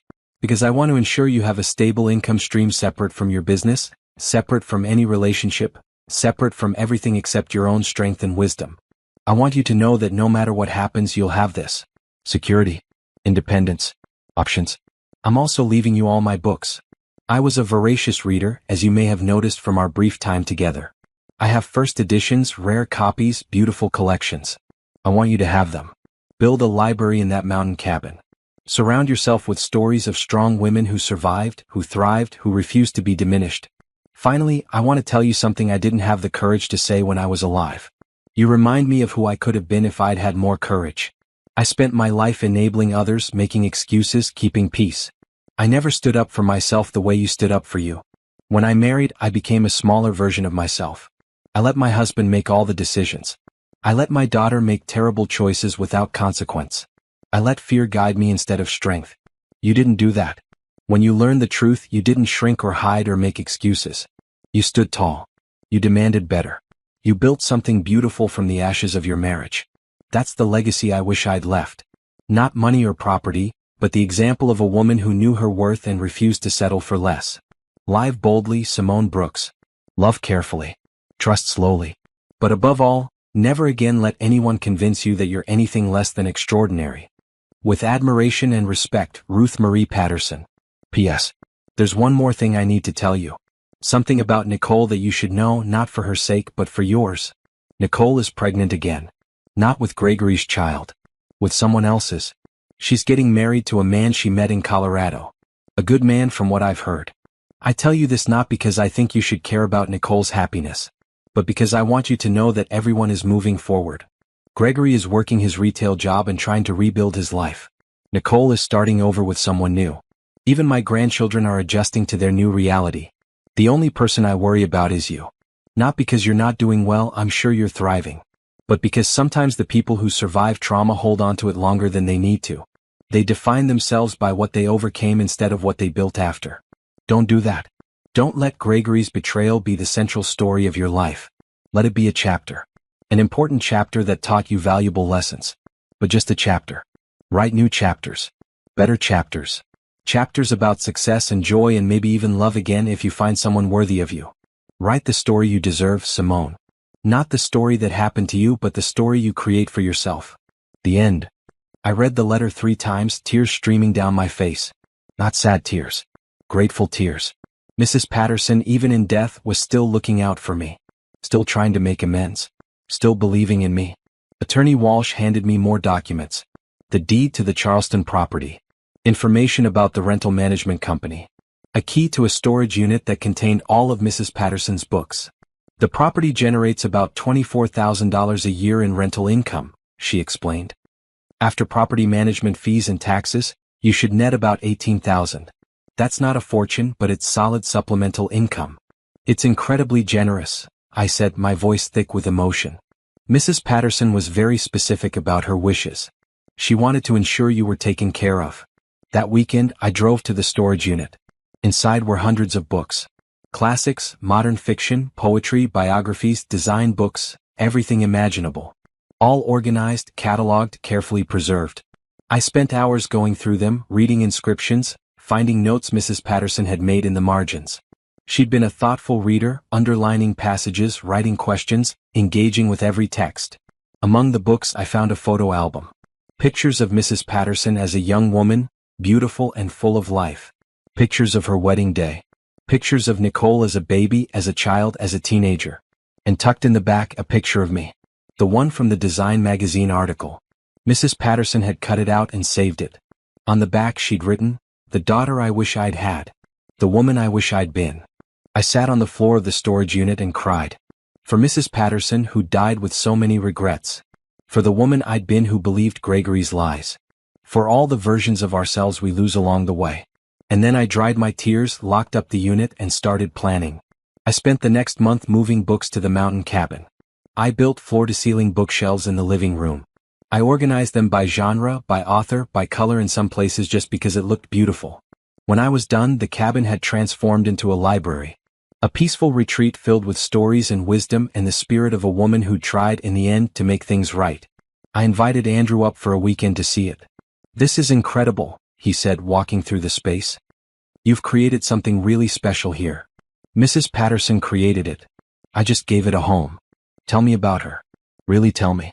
You've mentioned her a few times, but I don't know the whole story. So I told him. About the knock on my door. About the revelations. About 9 years of betrayal. About how Mrs. Patterson's courage to tell the truth had changed my entire life. She sounds like an extraordinary woman, Andrew said when I finished. She was flawed and complicated and burdened with guilt. But in the end she did the right thing. That takes courage. Like you did. Like you do every day. I shrugged. I just try to live honestly. To make choices I can be proud of. That's all any of us can do. That night, sitting by the fireplace with Andrew beside me and shelves of books surrounding us, I felt something settle in my chest. Peace maybe. Or completion. I'd survived the worst betrayal of my life. I'd rebuilt myself from the ground up. I'd created success and stability and beauty. And now I had this. A sanctuary. A library. A gift from a woman who'd believed in me even when I didn't fully believe in myself. 6 months later, on what would have been Mrs. Patterson's 70th birthday, I hosted a small gathering at the cabin. Candace, Tasha, Rachel, Andrew, a few other close friends. I want to tell you all about someone important, I said as we gathered around the fireplace. Someone you never met, but who changed my life. I told them about Mrs. Patterson. Not all of it, not the painful details. But enough that they understood who she was and what she'd done. She taught me that it's never too late to do the right thing, I said. And that sometimes the bravest thing you can do is tell the truth even when it's hard. Especially when it's hard. We raised our glasses in a toast to a woman none of them knew, but all of them could appreciate. To Mrs. Patterson, Tasha said. And to second chances. To Mrs. Patterson, we all echoed. That night, after everyone had left and Andrew had gone to bed, I sat alone in the library. I pulled out the photo album and looked at the pictures again. Mrs. Patterson's whole life laid out in snapshots. And I thought about my own life. The pictures someone would look at someday. What would they see? They'd see a woman who survived. Who built something from nothing. Who refused to be defined by what happened to her. They'd see a successful businesswoman. A teacher. A friend. Maybe, someday, someone's partner. They'd see someone who lived fully, loved carefully, and never settled for less than she deserved. That's what Mrs. Patterson had wanted for me. That's what she'd sacrificed her peace of mind to give me. And I was determined to honor that gift by living the best life I possibly could. I closed the photo album, turned off the lights, and climbed the stairs to bed. Tomorrow I had a client meeting. Next week, a lecture at the design school. Next month, a trip to Italy with Andrew. Life was full. Life was good. Life was exactly what I'd made it. And I owed that, at least in part, to an old woman with cancer who knocked on my door one Tuesday afternoon and told me a truth I needed to hear. Thank you, Mrs. Patterson. Thank you for everything. 2 years after Mrs. Patterson's death, 4 years after my divorce, I sat in my penthouse office overlooking the city and realized I'd built everything I'd ever wanted. My design firm had expanded to 4 locations across 3 states. I'd been featured on the cover of Interior Design magazine. I'd won awards, spoken at conferences around the world, and built a reputation as one of the top designers in the country. My personal life was equally fulfilling. Andrew and I had been together for almost 3 years. We'd found a rhythm that worked for both of us. He had his business in New York, I had mine here. We spent weekends together, took trips when we could, and supported each other's ambitions without trying to merge our lives into one. It wasn't traditional. My mother still asked when we were getting married. But it worked for us, and that was all that mattered. I'd also reconnected with old friends, made new ones, traveled to places I'd only dreamed about when I was married to Gregory. I'd learned to salsa dance, taken up photography, volunteered at a women's shelter helping other women escape difficult marriages. My life was full and rich and entirely my own. On a bright Saturday morning in May, I was preparing for the grand opening of my 4th studio when my phone rang. Unknown number. I almost didn't answer. But something made me pick up. Simone Brooks. A man's voice, unfamiliar. Yes. My name is Dr. James Rodriguez. I'm calling from Mercy Hospital. I have a patient here who's asking for you. Gregory Brooks. My entire body went cold. What happened? Mr. Brooks was in a car accident. He's stable, but he's been asking for you. He says he needs to speak with you. It's urgent. I don't understand. We've been divorced for 4 years. I have a no-contact order. I understand. I'm just passing along the message. He was quite insistent. After I hung up, I sat with the information for a long time. Gregory was in the hospital. Gregory wanted to see me. Gregory thought even after everything that I would come. I called Patricia. "Don't go," she said immediately. "You don't owe him anything." "I know. He's probably just looking for sympathy. Or money. Or a way back into your life." "I know that too." "Then why do you sound like you're considering it?" "Because, I don't know. Closure maybe? Curiosity? I want to look him in the eye and feel nothing." "Simone, you already have closure. You don't need his permission to move on. You've already moved on." She was right. But still, something pulled at me. I called Andrew. "What do you think I should do?" I asked. "I think you should do whatever feels right to you. If you need to see him, see him. If you don't, don't. Either way, I trust you to make the right choice. You're not worried I'll take him back or something ridiculous like that?" He laughed. "No. I know you better than that. You're the strongest person I've ever met. Gregory lost his hold on you a long time ago. In the end, I decided to go. Not for Gregory but for myself. To prove that he had no power over me anymore." The hospital was bright and clean, all white walls and sanitizer smell. I found Gregory's room on the 3rd floor. He looked terrible. His leg was in a cast, his face bruised and swollen. He'd aged badly over the past 4 years. Gray hair, deep lines around his eyes, a defeated slump to his shoulders even lying in a hospital bed. "Simone," he said when he saw me, "you came. The doctor said it was urgent." "It is. Thank you. Thank you for being here." I sat in the chair beside his bed but kept my coat on. "What do you want, Gregory?" "I wanted to see you. To tell you something before it's too late." "Before what's too late?" "You're going to be fine. The doctor said you're stable." "I know. But the accident made me think. About my life. About what I've done. About what I've lost. Gregory, please, just let me say this. I've rehearsed it for years. Every time I see you in my mind, this is what I say." I crossed my arms but stayed silent. "I was wrong. About everything. I lied to you, I betrayed you, I stole from you. I built a life based on deception, and when it all came crashing down, I lost everything. My business, my money, my reputation. Nicole. The kids. All of it. You didn't lose those things, Gregory. You threw them away." I know I did. And I've spent every day of the past 4 years regretting it. Living with the consequences of my choices." "Good." He flinched. "I deserve that. I deserve all of it. But Simone, I need you to know that I never stopped loving you. Even when I was with Nicole, even when I was lying to you every single day, you were always the one I really wanted." "Then why did you do it?" "I don't know. I wish I could give you a better answer. I was selfish. I was greedy. I wanted everything. I thought I could have it all without consequences." "You were wrong. I was wrong about so many things. But mostly I was wrong about you. I thought you'd always be there. I thought no matter what I did, you'd stay.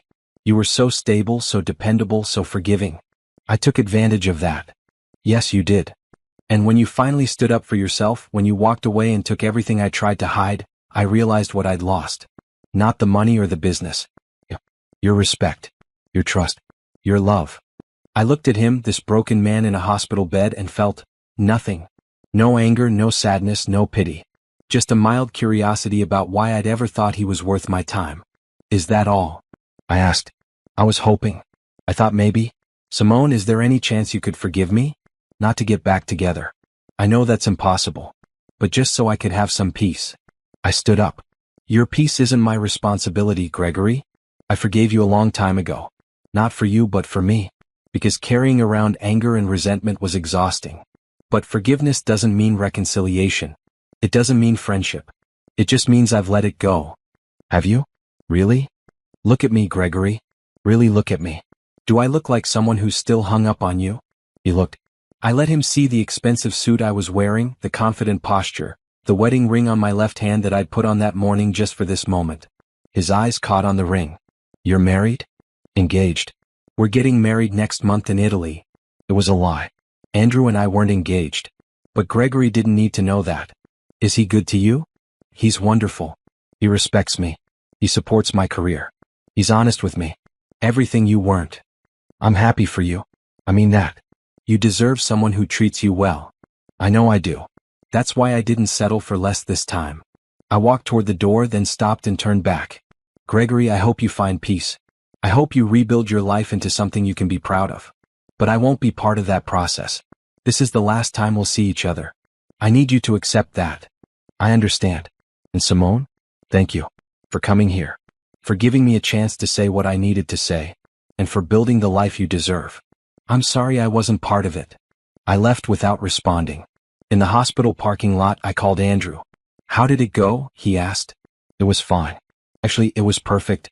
I looked at him and felt absolutely nothing. Good. That's good. Andrew? Yeah. Want to get married? Silence. Then, are you serious? I don't know. Maybe. I told Gregory we were engaged. It seemed like a good way to make the point that I've moved on. But as I was saying it, I realized I wouldn't actually mind if it were true. He laughed. Is that the most romantic proposal you could come up with? Probably not. But it's honest. I don't need marriage. I don't need a piece of paper to validate our relationship. But if you wanted to, I wouldn't be opposed. Let me think about it. And maybe next time we discuss marriage, we should both be in the same location. Fair enough. 3 weeks later, Andrew surprised me with a weekend trip to the mountain cabin. We hiked, we read books from Mrs. Patterson's library, we talked about our futures. On the last evening, as we sat on the porch watching the sunset, he pulled out a small box.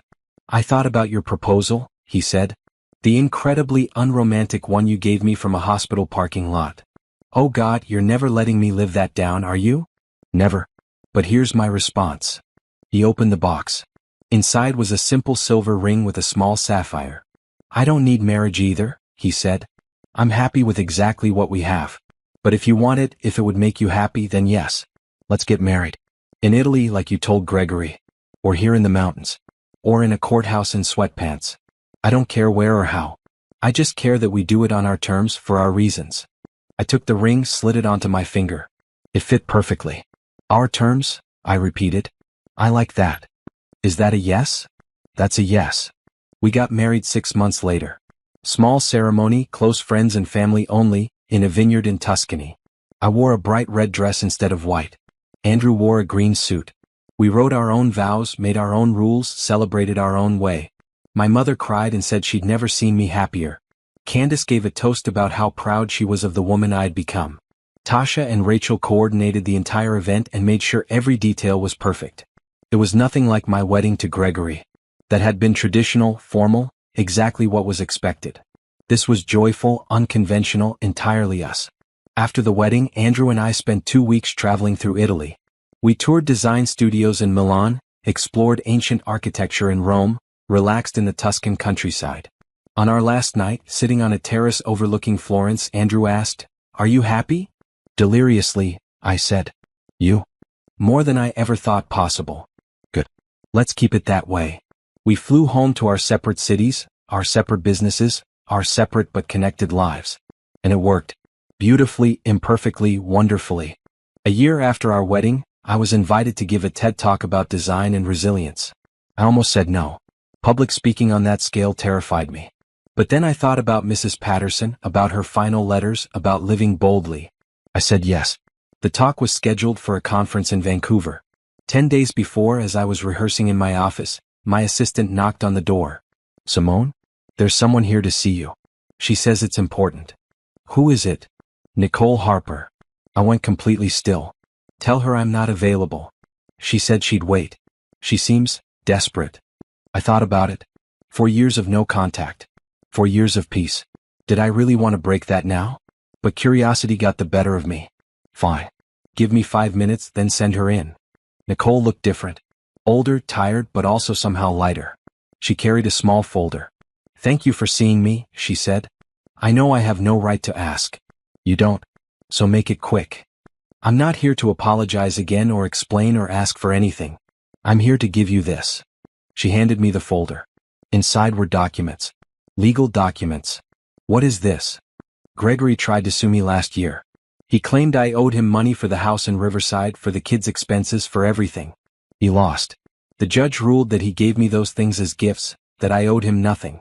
But during the case, all this information came out about his business dealings. Illegal things. Tax fraud. Embezzlement from other clients. Things I didn't know about. She pointed to specific pages. I thought you should have copies. In case he ever tries to come after you again. in case he tries to claim you owe him something or that the divorce settlement wasn't fair. This proves he was committing crimes, hiding money, defrauding people long before your divorce. I looked through the documents. It was damning. Proof that Gregory had been dishonest with everyone, not just me. Why are you giving this to me? Because you deserve to have it. Because if he somehow gets his life back together and comes after you legally, you'll have ammunition. And because. She hesitated. Because my mother would have wanted me to. Your mother was a good woman who made mistakes. Like we all do. She talked about you a lot those last months. She was so proud of how you handled everything. She said you gave her hope that people could be strong, could stand up for themselves, could build good lives even after terrible things happened. I try. Nicole stood to leave. I won't bother you again. I just wanted you to have those documents. And to tell you that I'm glad you're happy. You deserve all the good things you have. After she left, I sat with the documents for a long time. More evidence of Gregory's crimes. More proof that I'd made the right choice in leaving. I called Patricia and told her about Nicole's visit. She brought you ammunition, Patricia said. That's interesting. Maybe she's trying to make amends. Maybe. Or maybe she just wants to clear her conscience like her mother did. Either way, keep those documents safe. You never know when you might need them. But I never did need them. Gregory never came after me again. The last I heard, through the inevitable grapevine of a small city, he'd moved to another state. Started over somewhere no one knew his history. I hoped he found peace. I hoped he learned from his mistakes. But mostly I just didn't think about him at all. The TED Talk was terrifying and exhilarating. I talked about design as a metaphor for life. About creating spaces that reflect who you truly are. About having the courage to tear down what's not working and build something better. The talk went viral. Millions of views, articles written about it, interview requests flooding in. My business exploded. More clients than I could handle, opportunities I'd never dreamed of. I had to hire 20 more employees, open 2 more locations, bring in partners to help manage the growth. It was overwhelming and amazing and exactly what I'd worked for. Through it all, Andrew was my anchor. He celebrated my successes without jealousy, supported my ambitions without trying to control them, loved me without trying to change me. You're doing exactly what you were meant to do, he told me one night as we video chatted, him in New York, me in my city. I feel like my life is happening so fast. Like I'm racing towards something, but I don't know what. Maybe you're not racing towards something. Maybe you're just living fully. Isn't that what Mrs. Patterson told you to do? He was right. This was what living fully looked like. Messy and busy and challenging and wonderful. 5 years after my divorce, I hosted a celebration at my mountain cabin. Not for any special occasion. Just to gather the people I loved and celebrate the life I'd built. Candace and Tasha and Rachel were there. Andrew, of course. My mother, who'd finally accepted that my life didn't look like hers and that was okay. My design team, my students, my friends. We ate good food, drank good wine, told stories, and laughed until we cried. As the evening wound down, I stood on the porch and looked at the library through the window. All those books, Mrs. Patterson's legacy, glowing softly in the lamplight. Andrew came out and stood beside me. What are you thinking about? He asked. About how much has changed. How different my life is now from what I thought it would be. Is that good or bad? Good. Definitely good. I just wish Mrs. Patterson could see it. I wish I could thank her again. I think she knows. Wherever she is, I think she knows. Maybe he was right. Maybe Mrs. Patterson was somewhere, watching, seeing what her courage had made possible. I hope she was proud. I hoped she knew that her final gift, the gift of truth, had changed everything. I turned to Andrew. You know what I want to do? What? I want to set up a scholarship. For women going through divorces who want to start businesses. I want to help them the way Mrs. Patterson helped me. Give them resources, training, support. A chance to build something new.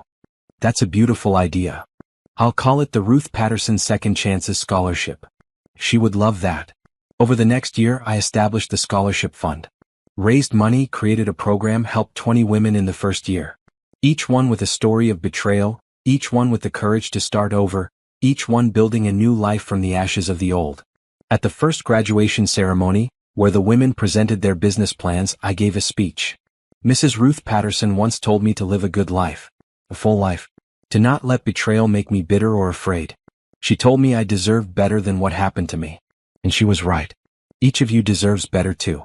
You deserve second chances. You deserve to build businesses and lives you're proud of. You deserve to thrive, not just survive. This scholarship exists because one woman had the courage to tell me a truth I needed to hear. And now I'm passing that gift forward to you. Take these resources. Use this training. Build something amazing. And then, someday help another woman do the same. That's how we honor the people who help us. Not by staying stuck in gratitude, but by moving forward and lifting others as we rise. The women applauded. Some cried. All of them looked determined and hopeful and ready to face whatever came next. Just like I had been 5 years ago when Mrs. Patterson knocked on my door. That night, I went home to my beautiful house. I poured a glass of wine and sat in my living room, the same room where I'd learned about Gregory's betrayal all those years ago. I thought about that woman I'd been. Shocked, devastated, lost. And I thought about the woman I'd become. Strong, successful, free. The journey between those two versions of myself had been hard. Painful. Terrifying at times. But it had also been necessary. Transformative. Worth every difficult moment. I raised my glass to empty air. Thank you, Mrs. Patterson. For everything. For the truth. For the gifts. For believing I could handle it. You changed my life. I hope I'm making you proud. Somewhere I like to think she was smiling.